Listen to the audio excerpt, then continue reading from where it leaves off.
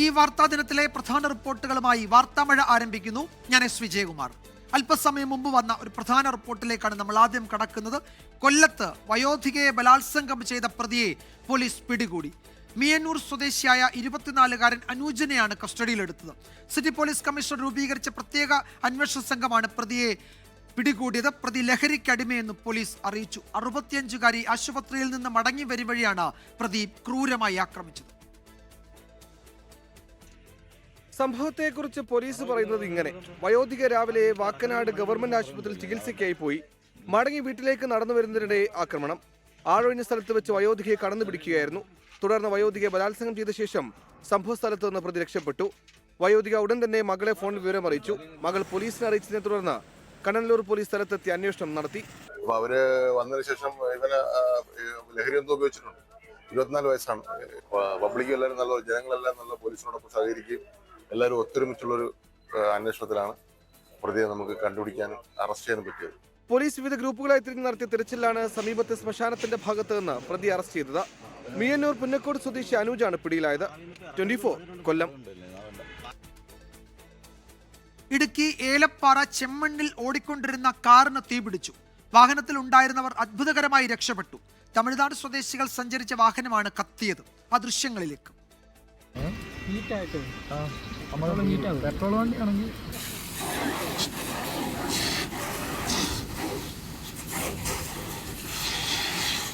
രാഹുൽ വിജയൻ വിവരങ്ങൾ നൽകും ഇടുക്കിയിൽ നിന്ന്. രാഹുൽ, ഈ വാഹനത്തിലുള്ളവർക്ക് പരിക്കൊന്നും പറ്റിയില്ല എന്നതൊരാശ്വാസം. എങ്ങനെയാണ് ഇത് കത്തിയത്? തീ പൂർണ്ണമായും അണച്ചിട്ടുണ്ടോ? വിജയകുമാർ, തീ പൂർണ്ണമായിട്ടും അണച്ചിട്ടുണ്ട്. കാറിന് തീ പിടിച്ചത് എങ്ങനെയാണ് എന്നുള്ള കാരണം വ്യക്തമല്ല. ഷോർട്ട് സർക്യൂട്ട് ആകാം തീപിടുത്തത്തിന് കാരണം എന്നുള്ളതാണ് ഒരു പ്രാഥമിക നിഗമനം.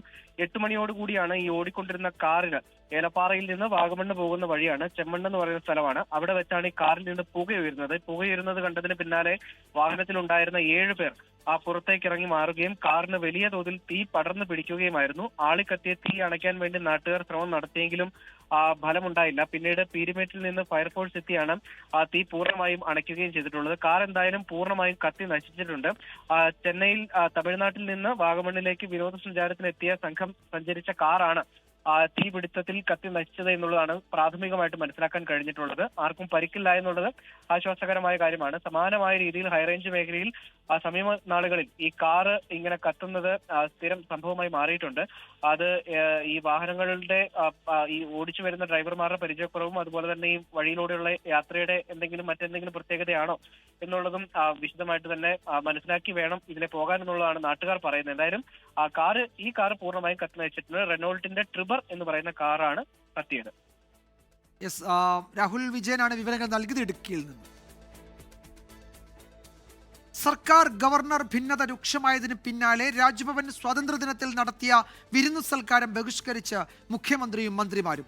സർക്കാർ പ്രതിനിധികളായി ചീഫ് സെക്രട്ടറിയും ഉദ്യോഗസ്ഥരും മാത്രമാണ് പങ്കെടുത്തത്. പ്രതിപക്ഷ നേതാവ് വി ഡി സതീശനും പരിപാടിക്കെത്തിയില്ല. സർവകലാശാല വിഷയത്തിൽ സർക്കാർ ഗവർണർ തർക്കം തുടരുന്നതിനിടെയായിരുന്നു ബഹിഷ്കരണം. സ്വാതന്ത്ര്യദിനത്തോടനുബന്ധിച്ച് രാജ്ഭവൻ നടത്തിയ വിരുന്ന് പൂർണ്ണമായി ബഹിഷ്കരിച്ച് മുഖ്യമന്ത്രിയും മന്ത്രിമാരും. വൈകിട്ട് 6:30യോടെ രാജ്ഭവനിൽ അറ്റ് വിരുന്ന് തുടങ്ങി. തിരുവനന്തപുരത്തുണ്ടായിട്ടും മുഖ്യമന്ത്രി രാജ്ഭവനിലേക്ക് എത്തിയില്ല. ചീഫ് സെക്രട്ടറി, സംസ്ഥാന പോലീസ് മേധാവി ഉൾപ്പെടെയുള്ള ഉന്നത ഉദ്യോഗസ്ഥർ മാത്രമാണ് സർക്കാർ പ്രതിനിധികളായി ചടങ്ങിനെത്തിയത്. ചടങ്ങ് നടക്കുമ്പോൾ രാജ്ഭവനെതിരെയുള്ള ഔദ്യോഗിക വസതിയിൽ താമസിക്കുന്ന മന്ത്രി GR അനിൽ രാജ്ഭവന് മുന്നിലൂടെ തന്നെ വീട്ടിലേക്ക് പോയി.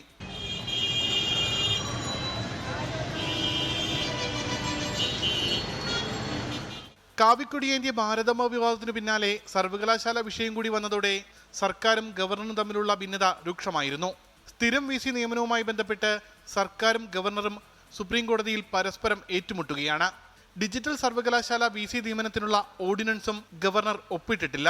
ഈ സാഹചര്യത്തിൽ മന്ത്രിമാർ ഒന്നടങ്കം നടത്തിയ ഈ ബഹിഷ്കരണത്തിലൂടെ രാഷ്ട്രീയ സന്ദേശവും വ്യക്തമാണ്. മുൻപ് ആരിഫ് മുഹമ്മദ് ഖാൻ ഗവർണറായിരുന്നപ്പോഴും സമാനമായി ബഹിഷ്കരണം നടത്തിയിരുന്നു. 24 തിരുവനന്തപുരം. 79ാം സ്വാതന്ത്ര്യദിനം വിപുലമായി ആഘോഷിച്ച് രാജ്യം. ആണവ ഭീഷണി ഉയർത്തിയ പാകിസ്ഥാന് ചുട്ട മറുപടിയായിരുന്നു പ്രധാനമന്ത്രി നരേന്ദ്രമോദിയുടെ ചെങ്കോട്ടയിലെ സ്വാതന്ത്ര്യദിന പ്രസംഗം. രാജ്യത്തെ യുവാക്കൾക്കും ഇടത്തരക്കാർക്കുമായി പ്രധാനമന്ത്രി പദ്ധതികളും പ്രഖ്യാപിച്ചു.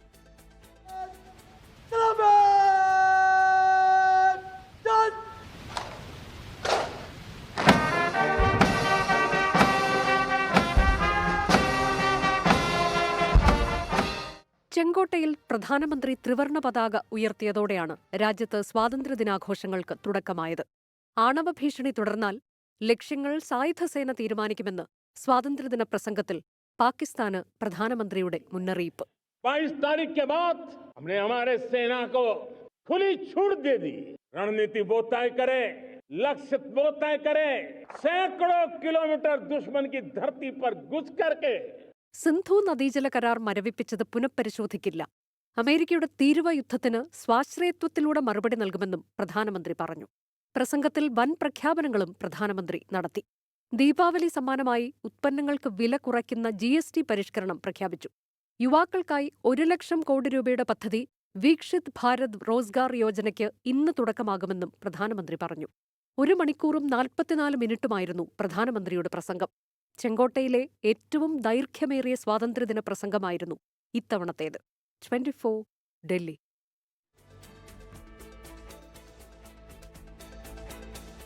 സ്വാതന്ത്ര്യദിനത്തോടനുബന്ധിച്ച് സംസ്ഥാനത്തും വിപുലമായ ആഘോഷ ചടങ്ങുകൾ. ജനാധിപത്യവും മതേതരത്വവും സംരക്ഷിക്കപ്പെടണമെന്ന് സ്വാതന്ത്ര്യദിന സന്ദേശത്തിൽ മുഖ്യമന്ത്രി പറഞ്ഞു. രാജ്യത്ത് മതസ്വാതന്ത്ര്യം സംരക്ഷിക്കപ്പെടണമെന്ന് സ്വാതന്ത്ര്യദിന സന്ദേശത്തിൽ ക്രൈസ്തവ സഭാ നേതാക്കളും പറഞ്ഞു. തിരുവനന്തപുരം സെൻട്രൽ സ്റ്റേഡിയത്തിൽ മുഖ്യമന്ത്രി പിണറായി വിജയൻ ദേശീയ പതാക ഉയർത്തി. ജനാധിപത്യവും മതേതരത്വവും ഓർമ്മിപ്പിച്ചായിരുന്നു മുഖ്യമന്ത്രിയുടെ സ്വാതന്ത്ര്യദിന സന്ദേശം. ജാതി മതാതി വേർതിരിവുകൾക്കെല്ലാം അതീതമായ മനുഷ്യ മനസ്സുകളുടെ ഒരുമയാണ് ഇന്ത്യ എന്ന വികാരത്തിന്റെ അടിത്തറ. മതനിരപേക്ഷത, ജനാധിപത്യം തുടങ്ങിയ ഭരണഘടനാ മൂല്യങ്ങളും പരിരക്ഷിച്ച് ശക്തിപ്പെടുത്തി നാം മുൻപോട്ടു പോകും. ജില്ലകളിൽ വിവിധ മന്ത്രിമാർ ചടങ്ങുകൾക്ക് നേതൃത്വം നൽകി. വോട്ടർ പട്ടിക ക്രമക്കേട്, കന്യാസ്ത്രീകളുടെ അറസ്റ്റ് തുടങ്ങിയ വിഷയങ്ങൾ ചൂണ്ടിക്കാട്ടി മന്ത്രിമാരുടെ പ്രസംഗം. രാജ്യത്തെ മതസ്വാതന്ത്ര്യം ചൂണ്ടിക്കാട്ടിയായിരുന്നു ക്രൈസ്തവ സഭാ നേതാക്കളുടെ സ്വാതന്ത്ര്യദിന സന്ദേശം. ഇത്രയും വിസ്തൃതമായ, ഇത്രയും വ്യത്യസ്തമായ ഒരു രാജ്യം ത്രിവർണ പതാകയ്ക്ക് കീഴിൽ ഒന്നിച്ച് കരം കൂപ്പുമുട്ടില്ലേ, അത് അഭിമാനത്തിൻ്റെ ഒരു വലിയ അടയാളമാണ്. സ്വാതന്ത്ര്യദിനം നമുക്ക് നൽകുന്ന വലിയൊരു ഉത്തരവാദിത്വമുണ്ട്. നമ്മുടെ സ്വാതന്ത്ര്യം അച്ചടക്കമാണ്. വിവിധ രാഷ്ട്രീയ പാർട്ടികളുടെയും സ്ഥാപനങ്ങളുടെയും നേതൃത്വത്തിലും സ്വാതന്ത്ര്യദിനാഘോഷങ്ങൾ സംഘടിപ്പിച്ചിരുന്നു. വിവിധ ബ്യൂറോകൾക്കൊപ്പം ന്യൂസ് ഡെസ്ക് 24. RSSനെ പ്രകീർത്തിച്ചുള്ള പ്രധാനമന്ത്രി നരേന്ദ്രമോദിയുടെ സ്വാതന്ത്ര്യദിന പ്രസംഗം വിവാദത്തിൽ. സ്വാതന്ത്ര്യ സമര പോരാളികളെ അപമാനിക്കുന്നതാണ് പ്രസംഗമെന്ന് കോൺഗ്രസ് ആരോപിച്ചു. ചെങ്കോട്ടയിലെ ആഘോഷത്തിൽ ലോക്സഭാ പ്രതിപക്ഷ നേതാവ് രാഹുൽ ഗാന്ധിയും AICC അധ്യക്ഷൻ മല്ലികാർജ്ജുൻ ഖാർഗെയും പങ്കെടുക്കാത്തതിൽ BJP വിമർശനം ഉന്നയിച്ചു. आज से 100 साल पहले एक संगठन का जन्म हुआ, राष्ट्रीय स्वयंसेवक संघ. व्यक्ति निर्माण से राष्ट्र निर्माण के संकल्प को लेकर के 100 साल तक मां भारती का कल्याण का लक्ष्य लेकर के लक्षावधि स्वयंसेवकों ने मातृभूमि के कल्याण के लिए अपना जीवन समर्पित किया. ചെങ്കോട്ട പ്രസംഗത്തിലായിരുന്നു പ്രധാനമന്ത്രി നരേന്ദ്രമോദിയുടെ RSS പ്രശംസ. RSSന്റെ 100 വർഷം നിസ്വാർത്ഥ സേവനത്തിന്റെ കാലമെന്ന് നരേന്ദ്രമോദി പറഞ്ഞു. RSSനെ പ്രകീർത്തിച്ചുള്ള പ്രസംഗത്തിനെതിരെ കോൺഗ്രസ് രംഗത്തെത്തി. ബ്രിട്ടീഷുകാർക്കെതിരെ RSS പൊരുതിയിട്ടില്ലെന്നും യഥാർത്ഥ സ്വാതന്ത്ര്യ സമര പോരാളികളെ അപമാനിക്കുന്നതാണ് പ്രസംഗമെന്നും കോൺഗ്രസ് ലോക്സഭാംഗം മാണിക്യം ടാഗോർ പറഞ്ഞു. ചെങ്കോട്ടയിലെ സ്വാതന്ത്ര്യദിനാഘോഷത്തിൽ ലോക്സഭാ പ്രതിപക്ഷ നേതാവ് രാഹുൽ ഗാന്ധിയും AICC അധ്യക്ഷൻ മല്ലികാർജ്ജുൻ ഖർഗെയും പങ്കെടുക്കാത്തതിനെ വിമർശിച്ച് BJPയും രംഗത്തെത്തി. അതിനിടെ പെട്രോളിയം മന്ത്രാലയം പുറത്തിറക്കിയ സ്വാതന്ത്ര്യദിന പോസ്റ്ററും വിവാദമായി. ഗാന്ധിജിയുടെ ചിത്രത്തിന് മുകളിൽ സവർക്കറിന്റെ ഫോട്ടോ ഉൾപ്പെടുത്തിയാണ് മന്ത്രാലയം പോസ്റ്റർ ഇറക്കിയത്. നീക്കം യാദൃശ്ചികമല്ല, കരുതിക്കൂട്ടി ചെയ്തതാണെന്ന് പ്രതിപക്ഷം വിമർശിച്ചു. 24 ഡൽഹി. അനധികൃത സ്വത്ത് സമ്പാദന ആരോപണങ്ങൾക്ക് പിന്നിൽ പോലീസിലെ ഗൂഢാലോചനയെന്ന് ADGP MR അജിത് കുമാറിന്റെ മൊഴി. മുഖ്യമന്ത്രിയുടെ ഓഫീസിന്റെ നിർദ്ദേശപ്രകാരം PV അൻവറിനെ കണ്ടുവെന്ന് അജിത് കുമാറിന്റെ മൊഴിയിലുണ്ട്. മൊഴി പകർപ്പ് 24 ലഭിച്ചു. പോലീസിന്റെ വയർലെസ് സന്ദേശം ചോർന്നതുമായി ബന്ധപ്പെട്ട് MR അജിത് കുമാറുമായി കൂടിക്കാഴ്ച നടത്തിയെന്ന് PV അൻവറും സ്ഥിരീകരിച്ചു. അജിത് കുമാറിന് ക്ലീൻ ചിറ്റ് നൽകിയ വിജിലൻസിന്റെ അന്വേഷണ റിപ്പോർട്ട് അതിരൂക്ഷ വിമർശനത്തോടെ കോടതി തള്ളിയതിന് പിന്നാലെയാണ് MR അജിത് കുമാറിന്റെ മൊഴി വിവരങ്ങളുടെ പകർപ്പ് പുറത്തു വന്നത്. PV അൻവറുമായി സുഹൃത്തിന്റെ വീട്ടിൽ വെച്ച് അനുനയ ചർച്ച നടത്തിയെന്നാണ് മൊഴി. അൻവർ ഉന്നയിച്ച സംശയങ്ങൾ ദൂരീകരിക്കണമെന്ന് മുഖ്യമന്ത്രിയുടെ ഓഫീസ് ആവശ്യപ്പെട്ടു. തനിക്കെതിരായുള്ള ആരോപണങ്ങൾക്ക് പിന്നിൽ പോലീസ് ഉദ്യോഗസ്ഥരടങ്ങിയ ഗൂഢാലോചനയെന്നും തനിക്കെതിരായ വ്യാജരേഖകൾ ചമച്ചത് പോലീസിൽ നിന്നെന്നും അജിത് കുമാർ മൊഴിയിൽ ആരോപിക്കുന്നുണ്ട്. അന്വേഷണം വേണമെന്നും അജിത് കുമാർ ആവശ്യപ്പെട്ടു. ആരോപണം ഉന്നയിച്ചത് PV അൻവറിന്റെ വഴിവിട്ട ഇടപാടുകൾക്ക് വഴങ്ങാത്തതിനാലാണെന്നും മൊഴിയിൽ പറയുന്നുണ്ട്. അതേസമയം വയർലെസ് സന്ദേശം ചോർന്നതുമായി ബന്ധപ്പെട്ട കാര്യങ്ങളിലായിരുന്നു കൂടിക്കാഴ്ചയെന്നും പച്ചക്കള്ളം പറഞ്ഞ അജിത് കുമാർ ഷാജൻ സ്കറിയെ രക്ഷിച്ചുവെന്നും PV അൻവർ.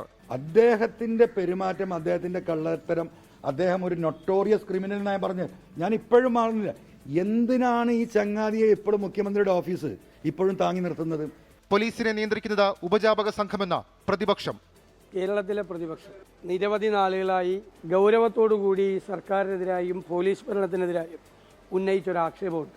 മുഖ്യമന്ത്രിയല്ല പോലീസ് ഭരിക്കുന്നത്, ഉപജാപക സംഘമാണ് എന്നാണ് പറഞ്ഞത്. ആ പ്രതിപക്ഷത്തിൻ്റെ ആരോപണത്തിൽ അടിവരയിട്ടുകൊണ്ടാണ് തിരുവനന്തപുരം വിജിലൻസ് കോടതിയുടെ ജഡ്ജിമെന്റ്. ഫ്ളാറ്റ് മറച്ചുവിറ്റ് ലാഭം നേടിയിട്ടില്ലെന്നും വീട് നിർമ്മിക്കുന്നത് ഭാര്യാപിതാവ് നൽകിയ ഭൂമിയിലാണെന്നും മൊഴിയിൽ അജിത് കുമാർ പറയുന്നു. 24 തിരുവനന്തപുരം. അലാസ്കയിൽ നിർണായക ചർച്ചകൾ.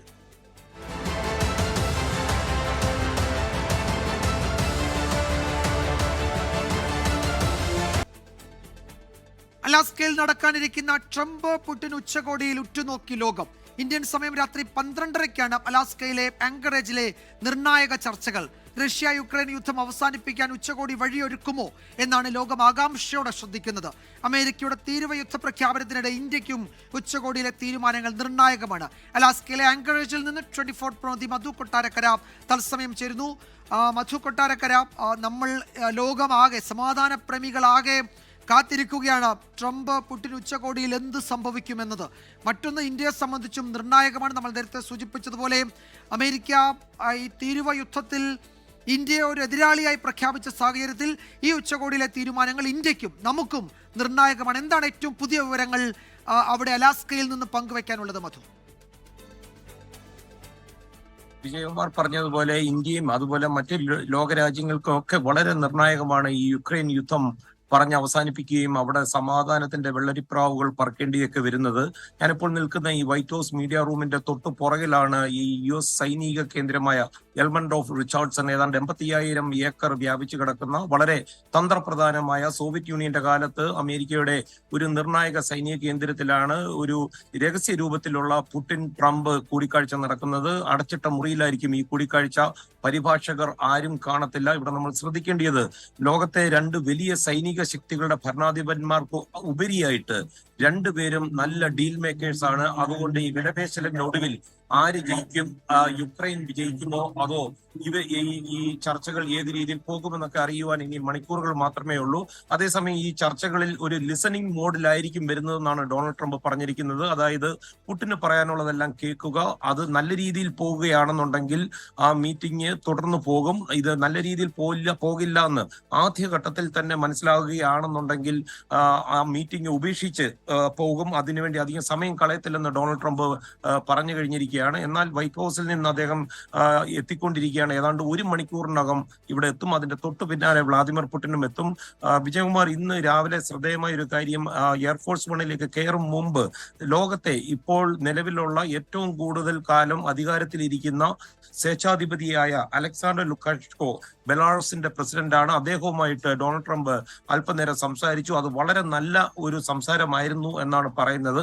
എന്നാൽ ഇത് യൂറോപ്യൻ രാജ്യങ്ങളിലും പ്രത്യേകിച്ച് യുക്രൈനിലുമൊക്കെ അലോസരം പെടുത്തിയിട്ടുണ്ട്. കാരണം യുക്രൈൻ യുദ്ധത്തിന് റഷ്യ ഏറ്റവും കൂടുതൽ സഹായിക്കുന്ന റഷ്യയുടെ പ്രധാന സഖ്യകക്ഷിയും വ്ളാദിമിർ പുടിന്റെ മനസാക്ഷി സൂക്ഷിപ്പുകാരനുമായിട്ട് നല്ലൊരു രീതിയിലുള്ള ഒരു ചർച്ച നടന്നു എന്നുള്ളത് ചില സംശയത്തിന്റെ ചോദ്യങ്ങൾ ഉയർത്തുന്നുണ്ട്. ഈ 11:30 കൂടിയായിരിക്കും ഇരുവരും തമ്മിലുള്ള ചർച്ച. അത് കഴിഞ്ഞ ശേഷം 3:30 രണ്ട് നേതാക്കളും പത്രക്കാരെ, മാധ്യമപ്രവർത്തകരിലെ ചിലരെ മാത്രം കാണും. മാധ്യമപ്രവർത്തകർക്ക് എല്ലാവർക്കും അവിടെ പ്രവേശനമില്ല. അതീവ സുരക്ഷയോടുകൂടിയുള്ള ഒരു സൈനിക കേന്ദ്രമായതുകൊണ്ടും ഈ ചർച്ചകളുടെ രഹസ്യ സ്വഭാവം കാക്കേണ്ടതുകൊണ്ടും ആയിരിക്കാം ഒരുപക്ഷെ ആ രീതിയിൽ അവർ തീരുമാനിച്ചിരിക്കുന്നത്.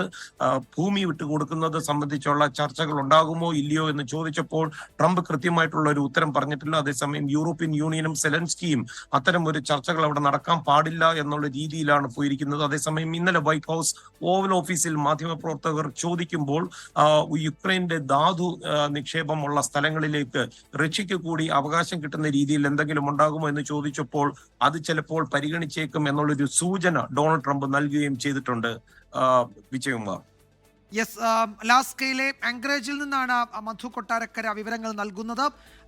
രാത്രി ഇന്ത്യൻ സമയം 12:30-ക്കാണ് ഈ ഉച്ചകോടി തുടങ്ങുന്നത്.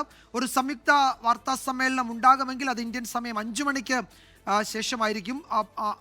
ആ വാർത്താ സമ്മേളനത്തിൽ നിർണായക തീരുമാനങ്ങൾ, നിർണായക പ്രഖ്യാപനങ്ങളൊക്കെ ഉണ്ടാകുമെന്ന് നമ്മൾ ഇപ്പോൾ പ്രതീക്ഷിക്കുന്നു. ഈ യുദ്ധം അവസാനിപ്പിക്കുന്നതിലേക്ക് ഒരു പടി മുന്നേറാനുള്ള തീരുമാനങ്ങൾ ആ ഉച്ചകോടിയിൽ ഉണ്ടാകുമെന്നാണ് നമ്മൾ കരുതുന്നത്. അവിടെ നിന്നുള്ള തത്സമയ റിപ്പോർട്ടുകൾ പ്രേക്ഷകരിലേക്ക് മധു കൊട്ടാരക്കര നൽകും. നമ്മൾ 5 മണി മുതൽ നാളെ പ്രത്യേക ബുള്ളറ്റിനുണ്ട്. വാർത്താ സമ്മേളനത്തിൻ്റെ തത്സമയ വിവരങ്ങൾ ആ ഘട്ടത്തിൽ എത്തുകയും ചെയ്യും. ഇന്ത്യയെ സംബന്ധിച്ചും വളരെ പ്രധാനപ്പെട്ടതാണ്. ഈ തീരുവ യുദ്ധത്തിൽ ഇന്ത്യ റഷ്യ സഹകരണമാണ് അതിന് കാരണമായിരിക്കുന്നത്. അതിൽ എന്തെങ്കിലും തീരുമാനങ്ങളൊക്കെ ഉണ്ടാകുമോ ഈ ഉച്ചകോടിയിൽ എന്നതുകൂടി നമ്മളെ സംബന്ധിച്ചും നിർണായകമാണ്. അതുകൊണ്ട് ആ നിലയിലൊക്കെയുള്ള വലിയ വാർത്തകൾക്കുള്ള സാധ്യതയുണ്ട്. അതുകൊണ്ട് നാളത്തെ പകൽ എന്തു സംഭവിക്കും എന്നതിലൊക്കെ നിർണായകമാണ് ഈ അലാസ്കയിൽ നടക്കാൻ പോകുന്ന റഷ്യ, അമേരിക്ക, പുടിൻ, ട്രംപ് നിർണായക ഉച്ചകോടി.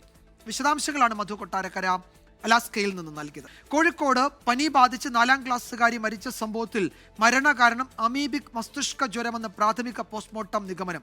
കുട്ടിക്ക് ചികിത്സ വൈകിപ്പിച്ചു എന്ന് ചൂണ്ടിക്കാട്ടി കുടുംബം താമരശ്ശേരി താലൂക്ക് ആശുപത്രിക്കെതിരെ പരാതി നൽകിയിരുന്നു. ഷഹദ് റഹ്മാൻ വിവരങ്ങൾ നൽകും. ഷഹദ്, ഇപ്പോൾ എന്താണ് അമീബിക് മസ്തിഷ്ക ജ്വരമാണ് കുട്ടിക്ക് ബാധിച്ചത് എന്ന് ഇപ്പോൾ സ്ഥിരീകരിച്ചിട്ടുണ്ട്. ഈ വീട്ടിൽ തന്നെ ആ കുട്ടിയുടെ കുടുംബത്തിൽ മറ്റു ചിലർക്കും സമാനമായ രോഗലക്ഷണങ്ങൾ ഉണ്ട് എന്ന വാർത്ത വന്നിരുന്നു. അവർ ആശുപത്രിയിൽ ചികിത്സയിലാണ്. അതിന്റെ മറ്റു വിവരങ്ങൾ ലഭ്യമായിട്ടുണ്ടോ ഷഹദ് ഈ ഘട്ടത്തിൽ? വിജയകുമാർ, അല്പസമയം മുൻപാണ് ഈ പോസ്റ്റ്മോർട്ടത്തിന്റെ പ്രാഥമിക റിപ്പോർട്ട് പുറത്തു വന്നത്. അതിലാണ് ഈ അമീബിക് മസ്തിഷ്ക ജ്വരമാണ് എന്ന സൂചനകൾ നൽകിയിട്ടുള്ളത്.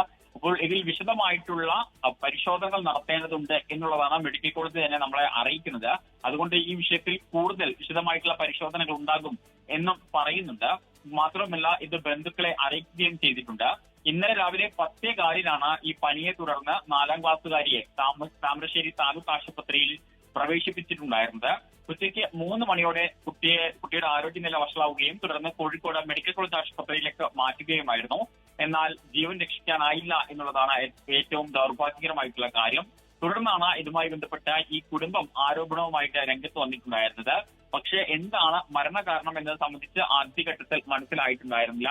ഏറ്റവും ഒടുവിൽ അല്പസമയം മുമ്പ് പോസ്റ്റ്മോർട്ടം റിപ്പോർട്ട് പുറത്തു വന്നപ്പോഴാണ് ഈ മരണകാരണം ഇതാണ്, അതായത് അമീബിക് മസ്തിഷ്ക ജ്വരമാണ് എന്ന് തെളിഞ്ഞിട്ടുള്ളത്. എന്തായാലും ഈ കാര്യത്തിൽ കൂടുതൽ പരിശോധനകൾ ഉണ്ടാകും എന്നുള്ളതാണ് ആരോഗ്യവകുപ്പ് നമ്മളെ അറിയിച്ചിട്ടുള്ളത്. യെസ്, എവിടെ നിന്നാണ് രോഗം ബാധിച്ചത് എന്നതൊക്കെ ഇനി കണ്ടെത്തേണ്ടിയിരിക്കുന്നു. വിശദമായ പരിശോധനയിലേക്ക് കടക്കും എന്ന് ആരോഗ്യവകുപ്പ് അറിയിച്ചിട്ടുണ്ട്. ഷഹദ് റഹ്മാനാണ് വിവരങ്ങൾ നൽകിയത് കോഴിക്കോട്ട് നിന്ന്. ചരിത്രം കുറിച്ച അഭിനേതാക്കളുടെ സംഘടന അമ്മയുടെ തെരഞ്ഞെടുപ്പ്. ഇതാദ്യമായി അമ്മയുടെ തലപ്പത്തേക്ക് വനിതകൾ തെരഞ്ഞെടുക്കപ്പെട്ടു. പ്രസിഡന്റായി ശ്വേതാ മേനോനും ജനറൽ സെക്രട്ടറിയായി കുക്കു പരമേശ്വരനും വിജയിച്ചു. ഹേമ കമ്മിറ്റിക്ക് നന്ദി എന്നായിരുന്നു WCCയുടെ പ്രതികരണം.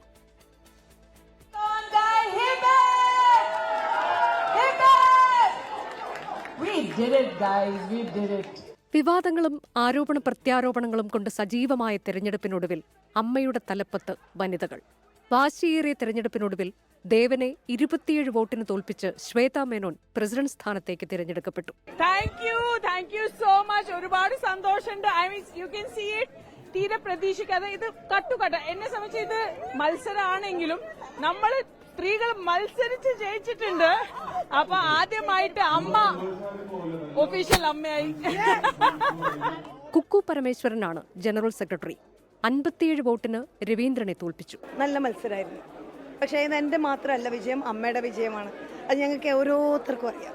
ലോകത്ത് മാറ്റങ്ങൾ വന്നു തുടങ്ങിയിട്ടല്ലേ ഉള്ളൂ. നിങ്ങളുടെയൊക്കെ മേഖലകളിൽ അറിയാലോ, ആ മാറ്റം അമ്മയിലും വരും. അത്രയാണ്. വൈസ് പ്രസിഡന്റായി ലക്ഷ്മിപ്രിയയും ജയൻ ചേർത്തലയും തെരഞ്ഞെടുക്കപ്പെട്ടു. ജോയിന്റ് സെക്രട്ടറിയായി അൻസിബ ഹസൻ നേരത്തെ എതിരില്ലാതെ തിരഞ്ഞെടുക്കപ്പെട്ടിരുന്നു. ഉണ്ണി ശിവപാലാണ് ട്രഷറർ. 4 വനിതകൾ ഉൾപ്പെടെ 11-അംഗ എക്സിക്യൂട്ടീവ് കമ്മിറ്റിയെയും തിരഞ്ഞെടുത്തു. പുതിയ അംഗങ്ങൾക്ക് ദേവൻ സത്യവാചകം ചൊല്ലിക്കൊടുത്തു. 506 അംഗങ്ങളിൽ 296 പേരാണ് വോട്ട് രേഖപ്പെടുത്തിയത്. മോഹൻലാലും സുരേഷ് ഗോപിയും ഉൾപ്പെടെയുള്ളവർ വോട്ട് ചെയ്യാനെത്തിയപ്പോൾ മമ്മൂട്ടി, പൃഥ്വിരാജ്, ഫഹദ് ഫാസിൽ, ആസിഫ് അലി, ഇന്ദ്രജിത്ത്, നിവിൻ പോളി എന്നിവർ വോട്ട് ചെയ്യാൻ എത്തിയില്ല. പേരിന്റെ ഇടയ്ക്ക് വീണ കുത്തുകൾ മായ്ച്ചു കളയാനുള്ള കരുത്ത് അവരുടെ കൈകൾക്കുണ്ടാകട്ടെ എന്നാഗ്രഹിക്കുന്നുവെന്നായിരുന്നു ദീദി ദാമോദരന്റെ ഫേസ്ബുക്ക് കുറിപ്പ്.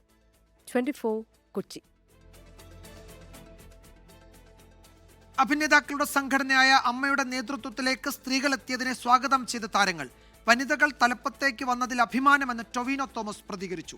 വനിതകൾ നേതൃസ്ഥാനത്തേക്ക് വരണം എന്നുള്ള ഏറെ നാളായുള്ള ആവശ്യം നിറവേറി എന്നായിരുന്നു ഇടവേള ബാബുവിന്റെ പ്രതികരണം. കൂടുതൽ പ്രതികരണങ്ങളിലേക്ക്. Shweta's experience being in the committee, Shweta ഒരു non-diplomatic person ആണ്, ഒരു genuine girl ആണ്. I'm very happy. വളരെ പോസിറ്റീവായിട്ട് കാണുന്നു. വളരെ നല്ല ജനാധിപത്യപരമായിട്ട് തെരഞ്ഞെടുപ്പിലൂടെ വന്നിട്ടുള്ള ആൾക്കാരാണ്. ഭയങ്കര അടിപൊളിയായിരിക്കും എന്നാണ് പ്രതീക്ഷിക്കുന്നത്. യെസ്, നമ്മളെല്ലാം വിജയിച്ചു. മീഡിയയും നമ്മളെല്ലാവരും വിജയിച്ചു. ആണായാലും പെണ്ണായാലും നമ്മൾ വിജയിക്കുന്നത് ഒരു ഫൈറ്റിലൂടെയാണ്. അല്ലാണ്ട് നമ്മൾ ഒരു പുരുഷൻ ഒഴിഞ്ഞു കൊടുക്കുന്ന ഒരു സീറ്റിലേക്ക് വന്നോളൂ എന്ന് പറഞ്ഞിട്ട് ഒരു സ്ത്രീയെ കൊണ്ട് ഇരുത്തലല്ല ഈ സ്ത്രീ സ്വാതന്ത്ര്യം എന്ന് പറയുന്നത്. ഞങ്ങൾ വളരെ ഹാപ്പിയിലാണ്.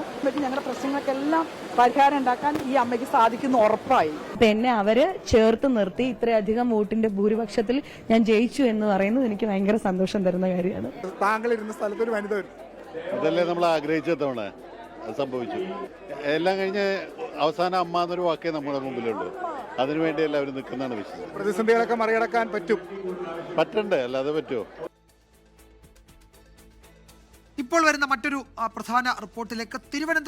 തിരുവനന്തപുരം മിത്രമല്ല ഗവൺമെന്റ് ബോയ്സ് ഹയർ സെക്കൻഡറി സ്കൂളിൽ റാഗിംഗ് എന്ന് പരാതി.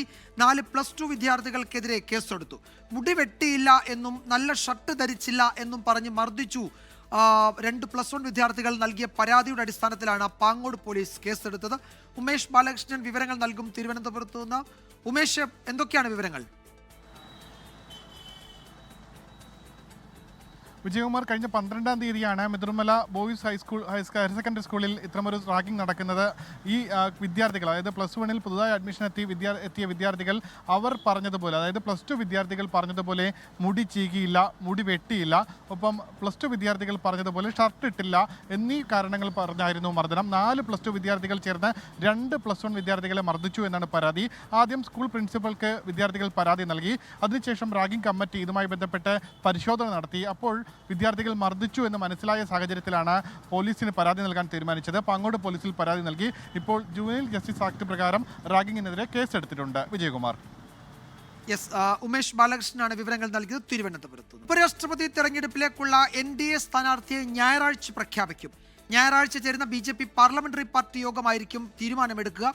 അജീഷ് ജയകുമാർ വിവരങ്ങൾ നൽകും ഡൽഹിയിൽ. അജീഷ്, നേരത്തെ പ്രധാനമന്ത്രിയെ ഇതിനായി BJP ചുമതലപ്പെടുത്തിയിരുന്നല്ലോ, പ്രധാനമന്ത്രിയുടെ തീരുമാനത്തിന് വിട്ടിരുന്നല്ലോ. ആ തീരുമാനമാണോ പാർലമെന്ററി പാർട്ടി യോഗത്തെ അറിയിച്ച് അത് ഔദ്യോഗികമാക്കാൻ പോകുന്നത് ഞായറാഴ്ച? വിജയകുമാർ, എന്തായാലും നേരത്തെ ഈ NDA സ്ഥാനാർത്ഥിയെ സംബന്ധിച്ച് ചർച്ച ചെയ്യാൻ NDA ഒരു യോഗം ചേർന്നിരുന്നു. ഈ യോഗമാണ് പിന്നീട് പ്രധാനമന്ത്രിയെ ഈ സ്ഥാനാർത്ഥിയെ പ്രഖ്യാപിക്കാനായിട്ട് തീരുമാനിക്കാനായിട്ട് ചുമതലപ്പെടുത്തിയത്. പിന്നീട് പ്രധാനമന്ത്രിയും ഒപ്പം തന്നെ BJP അധ്യക്ഷൻ JP നദ്ദ, ആഭ്യന്തരമന്ത്രി അമിത്ഷാ, ഇവർ 3 പേരും ആണ് ഈ സ്ഥാനാർത്ഥിയെ സംബന്ധിച്ച ചർച്ചകൾ നടത്തിയത്. പല പേരുകളും ഇങ്ങനെ ഊഹാപോഹങ്ങൾ കേൾക്കുന്നുണ്ട്. അതായത് Jammu Kashmir lieutenant general, Goa governor, Sikkim governor, Gujarat ഗവർണറുടെ പേരുകൾ അടക്കം കേൾക്കുന്നുണ്ട്. ചില മുൻ ഗവർണർമാരുടെ പേരും ഈ പട്ടികയിൽ ഉൾപ്പെട്ടിട്ടുണ്ട് എന്നാണ് സൂചന. ചില അപ്രതീക്ഷിത സ്ഥാനാർത്ഥികൾ ഉണ്ടായേക്കും എന്നുള്ളൊരു സൂചനകളുണ്ട്. ചില OBC വിഭാഗത്തിൽ നിന്നുള്ള വനിതാ സ്ഥാനാർത്ഥി തന്നെ ഉണ്ടായേക്കും എന്നു ചില സൂചനകളുണ്ട്. നിലവിൽ പുറത്തു വരുന്ന വിവരമനുസരിച്ചിട്ട് ഈ രാഷ്ട്രീയത്തിൽ രാഷ്ട്രീയത്തിൽ വലിയ എക്സ്പീരിയൻസ് ഉള്ള ആളുകളെയാണ് BJP നോക്കുന്നത്. കൂടാതെ തന്നെ ഈ വലിയ വിവാദങ്ങളിലൊന്നും പെടാത്ത ഈ രാജ്യസഭയെ നയിക്കാൻ കെൽപ്പുള്ള ആളുകളെ തന്നെയാണ് BJP നോക്കുന്നത്. എന്തായാലും ഞായറാഴ്ച ചേരുന്ന BJP പാർലമെന്ററി പാർട്ടി യോഗമായിരിക്കും ഇതിൽ അന്തിമ തീരുമാനമെടുക്കുക. അന്ന് തന്നെ ഈ സ്ഥാനാർത്ഥിയുടെ പേര് പ്രഖ്യാപിക്കും. വൈകാതെ തന്നെ ഇന്ത്യ യോഗവും അവരുടെ സ്ഥാനാർത്ഥിയുടെ പേര് പ്രഖ്യാപിക്കും. അപ്പോൾ ഉപരാഷ്ട്രപതി സ്ഥാനാർത്ഥി അത് BJP-യിൽ നിന്ന് തന്നെ ആയിരിക്കും എന്ന, NDA-യുടെ സ്ഥാനാർത്ഥി BJP-യിൽ നിന്ന് തന്നെ ആയിരിക്കും എന്ന ഏതാണ്ട് ഉറപ്പായി. നേരത്തെ JDU അങ്ങനെയൊക്കെ കേട്ടിരുന്നു, പക്ഷെ അതല്ല, അത് BJP തന്നെ ആയിരിക്കും സ്ഥാനാർത്ഥിയെ മത്സരിപ്പിക്കുക NDA-യിൽ എന്നാണ് ഇപ്പോൾ അറിയുന്നത്. ഞായറാഴ്ച ആ തീരുമാനമുണ്ടാകും, ആ പ്രഖ്യാപനമുണ്ടാകും എന്ന് ഡൽഹി ബ്യൂറോ റിപ്പോർട്ട് ചെയ്തു. അജീഷ് ജയകുമാറാണ് വിവരങ്ങൾ നൽകിയത്. പത്തനംതിട്ട കോന്നി മാരൂർ പാലത്ത് KSRTC ബസ്സും ലോറിയും കൂട്ടിയിടിച്ച് അപകടം. ബസ്സിലുണ്ടായിരുന്ന നിരവധി പേർക്ക് പരിക്കേറ്റു. കൽപ്പറ്റയിലേക്ക് പോയ സൂപ്പർ ഫാസ്റ്റ് ബസ്സും പുനലൂർ ഭാഗത്തേക്ക് പോയ ലോറിയുമാണ് അപകടത്തിൽപ്പെട്ടത്. ദേവി ജയശങ്കർ വിവരങ്ങൾ നൽകും പത്തനംതിട്ടയിൽ നിന്ന്. ജയശങ്കർ, ഇതിൽ എത്ര പേർക്ക് പരിക്കേറ്റു? അവരുടെ ആരോഗ്യനില എങ്ങനെ? ഏതൊക്കെ ആശുപത്രിയിലേക്ക് അവരെ കൊണ്ടുപോയിട്ടുണ്ട് ഇപ്പോൾ? വിജയകുമാർ 8:45 ഈ ഒരു അപകടം ഉണ്ടാകുന്നത്. പുനലൂർ മൂവാറ്റുപുഴ സംസ്ഥാന പാതയിൽ മാറൂർ പാലത്താണ് KSRTC ബസ്സും ലോറിയും കൂട്ടി ഇടിക്കുന്നത്. ഈ അപകടത്തിൽ ഈ ബസ് പെട്ടെന്ന് കൂട്ടിയിടിച്ചുണ്ടായ അപകടത്തിൽ പരിക്ക് പറ്റിയ ആളുകളാണ്. അവരുടെ പരിക്ക് ഗുരുതരമല്ല. ഈ ബ്രേക്കും മറ്റും ഇട്ട സമയത്ത് ഈ ബസ്സിന്റെ കമ്പികളിലും മറ്റും തട്ടിയാണ് ആളുകൾക്ക് യാത്രക്കാർക്ക് പരിക്കുള്ളത്. ഇവരുടെ പരിക്കുകൾ ഗുരുതരമല്ല. ഇവരെ കൊന്നിയിലെ സ്വകാര്യ ആശുപത്രിയിൽ പ്രവേശിപ്പിച്ചു എന്നാണ് നിലവിൽ മനസ്സിലാക്കുന്നത്. ആശങ്കപ്പെടേണ്ട ഒരു സാഹചര്യം ഇല്ല എന്നാണ് ആശുപത്രികളിൽ നിന്നും മറ്റും ലഭ്യമാവുന്ന വിവരം. ഗുരുതരമായ പരിക്കുകൾ ആർക്കും തന്നെ ഇല്ല. ഈ കൽപ്പറ്റയ്ക്ക് പോയ സൂപ്പർഫാസ്റ്റ് ബസ്സാണ് പുനലൂർ ഭാഗത്തേക്ക് പോയ ലോറിയുമായി കൂട്ടിയിടിച്ചത്. ഈ ബസ് മറ്റൊരു വാഹനത്തെ മറികടക്കാൻ ശ്രമിക്കുന്നതിനിടയിലാണ് ഇത്തരത്തിലൊരു അപകടം ഉണ്ടായതെന്നാണ് പ്രാഥമികമായ വിവരം. എന്തായാലും കൂടുതൽ പേർക്ക് പരിക്കില്ല എന്നത് ആശ്വാസകരമാണ്. ഈ മണിക്കൂറിൽ നമുക്ക് അത്തരം ഒരു വിവരമാണ് നൽകാൻ കഴിയുന്നത്. മറ്റു പ്രശ്നങ്ങളില്ല. ബസ്സും ലോറിയും ഒക്കെ തന്നെ. ശരി ജയശങ്കർ, എന്തായാലും അപകടം കാര്യമായ അപകടമാണ്. പക്ഷേ ഗുരുതരമായ പരിക്കുകളൊന്നുമില്ല, ചെറിയ ചെറിയ പ്രശ്നങ്ങളേ ഉള്ളൂ എന്ന വിവരം കൂടി വരുന്നുണ്ട്. അത്തരം ഒരു ആശ്വാസം കൂടിയുണ്ട് അപകടത്തിന് ശേഷം. AV ജയശങ്കറാണ് വിവരങ്ങൾ നൽകിയത് പത്തനംതിട്ടയിൽ. 2 മാസമായി ശമ്പളമില്ല എന്ന ആരോഗ്യമന്ത്രിയോട് പരാതി പറയാനെത്തിയ താൽക്കാലിക ജീവനക്കാർക്കെതിരെ കേസ്. മലപ്പുറം മഞ്ചേരി മെഡിക്കൽ കോളേജിലെ ജീവനക്കാർക്കെതിരെയാണ് സംഘം ചേർന്ന് ബഹളം വെച്ചെന്നും സംഘർഷ സാധ്യതയുണ്ടാക്കിയെന്ന പേരിലും കേസെടുത്തത്. Medical college principal doctor KK Anil രാജിന്റെ പരാതിയിലാണ് നടപടി. സംഭവത്തിൽ പ്രതിഷേധം ശക്തമാണ്. 2 മാസമായി ശമ്പളമില്ല. ആ വിഷമം ആരോഗ്യമന്ത്രിയോട് പറയാനെത്തിയപ്പോൾ പോലീസ് കേസുമായി. മഞ്ചേരി മെഡിക്കൽ കോളേജിലെ താൽക്കാലിക ജീവനക്കാരുടെ അവസ്ഥയാണിത്. കഴിഞ്ഞ ചൊവ്വാഴ്ചയാണ് വിവിധ പദ്ധതികളുടെ ഉദ്ഘാടനം നിർവഹിക്കാൻ ആരോഗ്യമന്ത്രി വീണ ജോർജ് മഞ്ചേരി മെഡിക്കൽ കോളേജിലെത്തിയത്. ശേഷം നിപ ബാധിച്ചയാളെ സന്ദർശിക്കാനായി എത്തിയപ്പോൾ മെഡിക്കൽ കോളേജിലെ താൽക്കാലിക ജീവനക്കാർ ശമ്പളമില്ലാത്ത വിഷമം പറയാൻ ശ്രമിച്ചു. മന്ത്രിയെ അവിടെ നിന്ന് മുന്നോട്ട് കൊണ്ടുപോകാൻ CPIM പ്രവർത്തകരും ശ്രമിച്ചതോടെ ബഹളമായി. ഈ സംഭവത്തിലാണ് താൽക്കാലിക ജീവനക്കാർക്കെതിരെ കോളേജ് പ്രിൻസിപ്പലിന്റെ പരാതിയിൽ മഞ്ചേരി പോലീസ് കേസെടുത്തത്. കേസെടുത്തതിൽ പ്രതിഷേധിച്ച് യൂത്ത് കോൺഗ്രസ് പ്രവർത്തകർ മെഡിക്കൽ കോളേജിലേക്ക് പ്രതിഷേധ മാർച്ച് നടത്തി.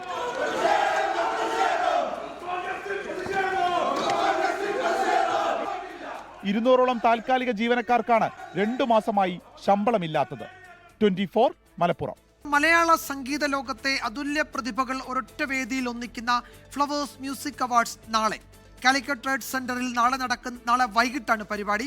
സൗജന്യ പ്രവേശന പാസ് കോഴിക്കോട് എരഞ്ഞിപ്പാലത്തെ 24 ഫ്ലവേഴ്സ് ഓഫീസിൽ നിന്നും ഓൺലൈനായും സ്വന്തമാക്കാം. മലയാളികൾ ഇതുവരെ കണ്ടിട്ടില്ലാത്ത സംഗീത ലോകത്തെ താരസംഗമമാണ് കോഴിക്കോട് നടക്കുക.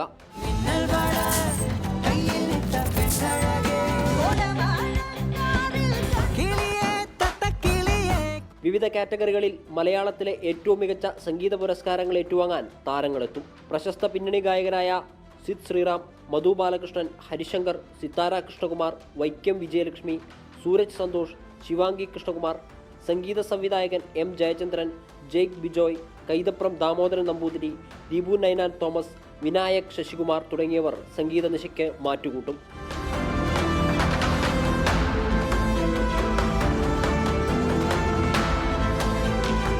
വൈകിട്ട് 6 മുതൽ ആരംഭിക്കുന്ന പരിപാടിയുടെ പ്രവേശനം സൗജന്യമാണ്. എരഞ്ഞിപ്പാലത്തെ 24 ആൻഡ് ഫ്ലവേഴ്സ് ഓഫീസിൽ നിന്നും ഓൺലൈനായും ടിക്കറ്റുകൾ സ്വന്തമാക്കാം. 24 കോഴിക്കോട്.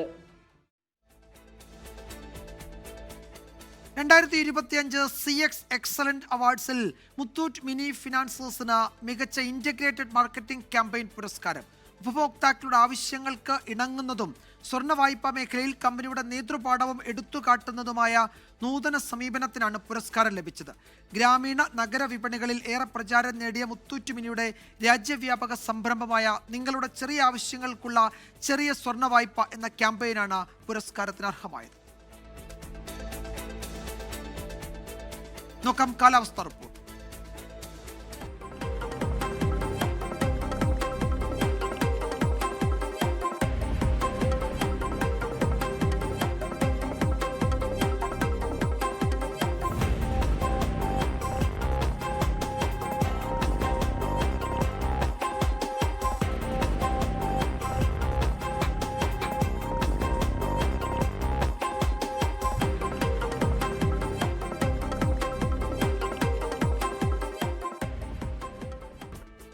റിപ്പോർട്ടോടെ വാർത്താമഴ അവസാനിക്കുന്നു.